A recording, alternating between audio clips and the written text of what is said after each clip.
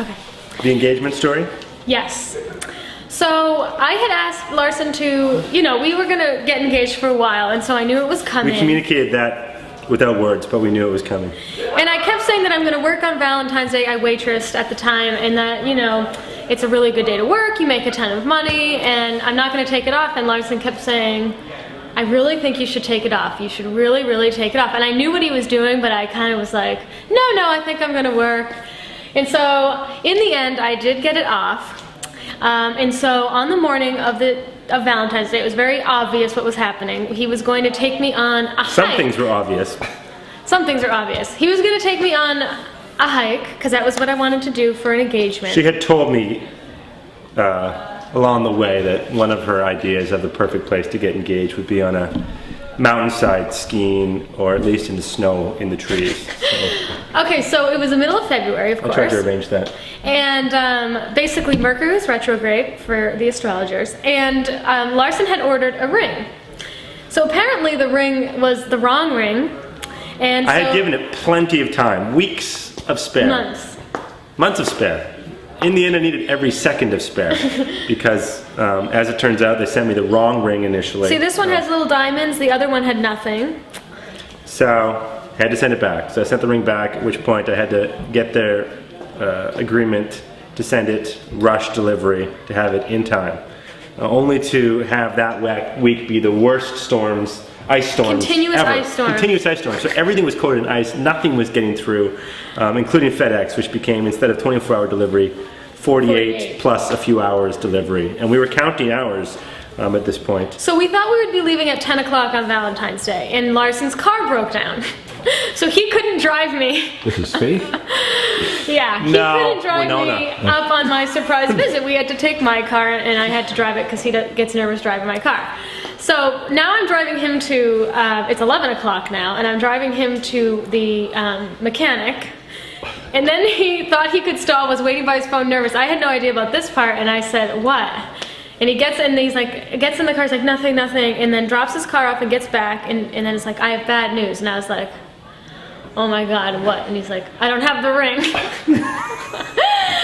So I said, what do you mean? And he's like, well, it was supposed to be 48-hour delivery, but 24-hour delivery, but we're at 48 plus. They said it was leaving at 6 o'clock this morning.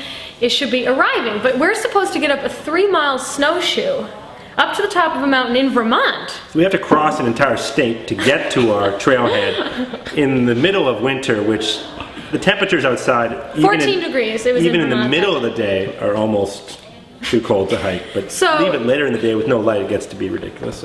So we were determined, and I said, well, fine, let's just go back to the house and wait till noon. This was like incredibly disappointing. You have to understand, like Valentine's Day, a deadline. A hike, snowshoeing up to the top of a mountain, 10 o'clock a.m. You know.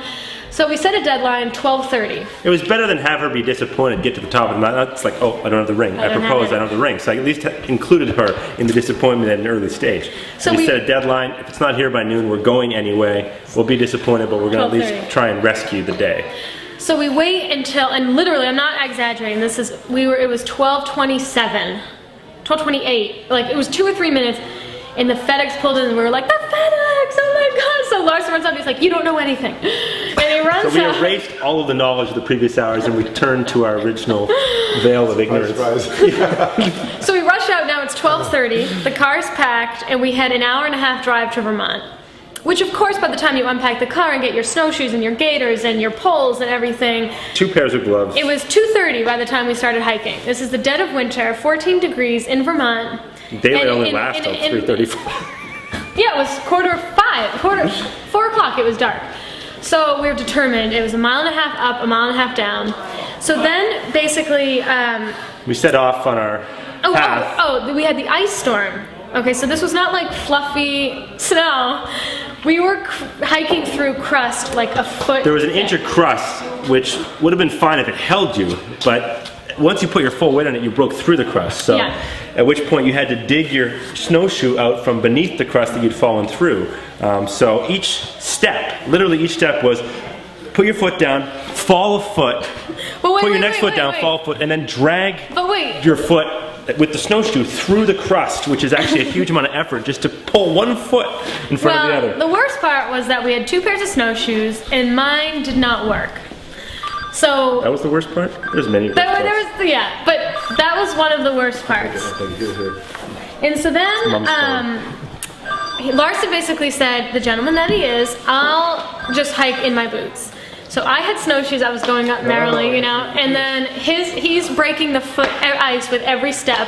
He's bleeding on his shins. After a while. We had no lunch. No lunch, dehydrated. We were getting We didn't have time to delirious. stop for lunch at this point. We had lots of food in our bag, but we couldn't stop. We had to just keep hiking. Oh! And the reason the reason we picked this trail was because it was a loop trail. We love loop trails. But then we get to the top at long last, and the loop is closed.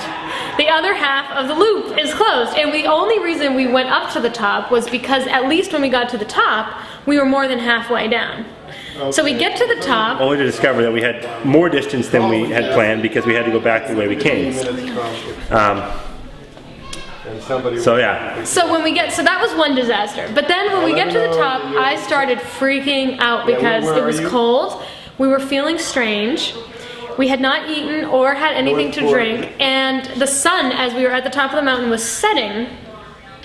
Yeah, okay. And there was actually a fierce wind up there too, so we were very exposed. All of your survival training kicks in at that point because you're in conditions that if anything goes wrong at this point, one of us could die. So she starts panicking. I panicked. I have blood sugar that's bottoming out also, so I he's can been barely working 4 times harder than me because he didn't have snowshoes. 1.5 miles up an icy mountain. So I'm feeling pretty concerned, and I'm starting to feel like we need to, I'm starting to fall apart. I need to at least eat something. She's having a panic attack, at which point I can't even really talk her down because I'm in such rough shape myself. And the sun is setting. It's totally getting dark. And so basically I was, and Larson tried to be a gentleman and make me gluten-free bagels the night before. Which were barely edible. They were not edible, but then they froze. I'm sorry. And then, so I was eating these bagels, but they were so dry and I was so nervous, I was going, we're just never gonna make it down, and like dry gluten-free bagels. So she was spitting up the homemade gluten-free bagels, which had turned into icicles. They weren't even that edible when warm, and was spitting them up and crying at the same time at the top of a windy mountain. And Larson said, as a survival mechanism, if you cannot control yourself, I'm going to have to slap you across the face. She was having a panic attack, and I was already barely functioning. So at that point, we got it together. We ate some salmon. We had some crackers. Calm down. I didn't slap her. And then we're like, we better head down. This is fine. We have our tracks. It's dark. We have flashlights. So even though it was the highest point, there was wind exposure. You couldn't really sit there for more than about 4 or 5 minutes. After 4 or 5 minutes, we were like, oh my god, I'm like shaking. So we again had a silent recognition that we wouldn't survive a proposal where we were sitting. So we were going to head down just a few feet. We're almost done.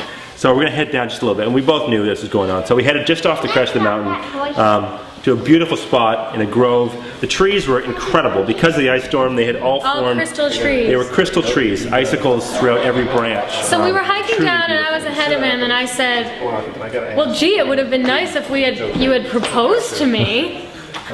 Silence stopped there. All the silent agreements had ended. So at which point, I did take the cue and dropped to one knee. I was slightly downhill, so I broke through the crust with my knees this time.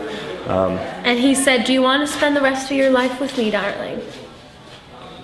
And I said yes.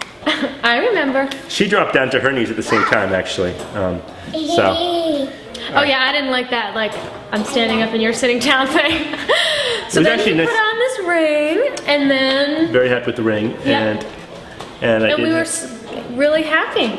And I had some champagne in my bag. Oh yeah! So to add to the complications of getting back by moonlight in the snow with exposure. Now we had a buzz.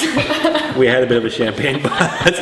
But the good news was, and we were actually pretty relaxed, we knew at least going back to where we came that we could follow our footprints, because we did have headlamps, we did have lots of moonlight, but given that it was getting dark. And then by the end, it was like totally quiet. We follow our tracks. And it was totally cleared up. This was really cloudy. And then the moon came out, and we totally turned off our headlamps, and we hiked down in moonlight.